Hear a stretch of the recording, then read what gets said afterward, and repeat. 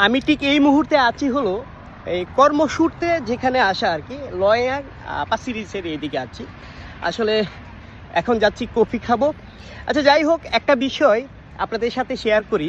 বিষয়টা হলো, আমরা সবাই তো আসলে দেখেছি যে মানুষ যখন বিপদে পড়ে তার পাশে আমরা দাঁড়াই না, বরঞ্চ তার তাকে কিভাবে আরও বিপদে ফেলানো যায় সেই চেষ্টাটা আমরা করে থাকি।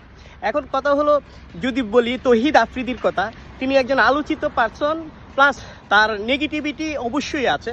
সেটা আসলে মিডিয়ার সামনে আমরা মিডিয়াতে দেখেছি, বিভিন্ন চ্যানেলের নিউজে দেখেছি, পত্রিকাতে দেখেছি। এখন কথা হলো, তার বিরুদ্ধে অনেক কথা শোনা যাচ্ছে, অনেক কথা শোনা যাচ্ছে, যেটা শোনার জন্য আমরা প্রস্তুত ছিলাম না।